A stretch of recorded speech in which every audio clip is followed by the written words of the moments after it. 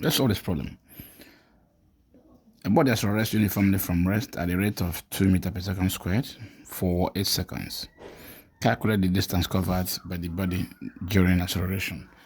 Now, let's list out the parameters. Of course, when the body starts moving from rest, its initial velocity u is 0. We'll know that. Then the acceleration a is equal to 3 meters per second squared. Time taken to undergo this kind of acceleration is 8 seconds. Then calculate the distance covered by the body during acceleration. Now, the acceleration lasted for 8 seconds. That's what I meant. Now, the distance covered, s, we don't know.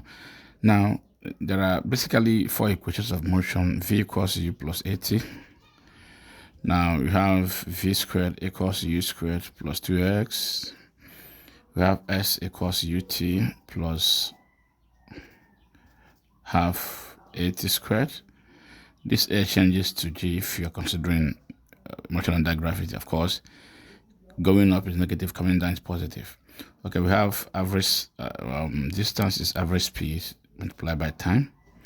Now, there are basically 5 parameters in kinetics. I call them VOTs.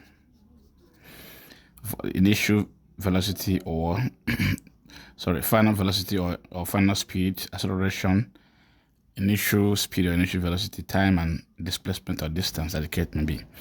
Now, if you watch these equations, equation 1 is lacking one parameter. Equation 1 does not have s. Okay. Equation 2 doesn't have t. Equation 3 does not have v, and equation 4 doesn't have a.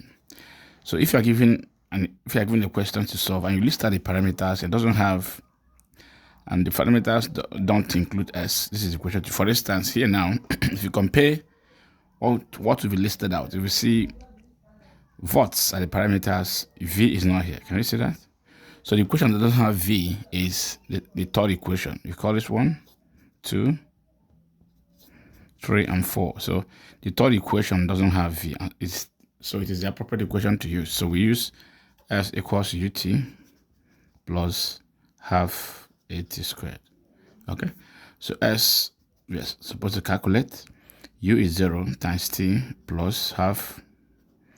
A is acceleration, which is 3 times t squared. T is 8 squared. That gives us 0 half times 3 times 8 squared is 64. So 2 can divide 64, 32. So we have x becomes 32 times 3, which is 96 meters. Thank you very much.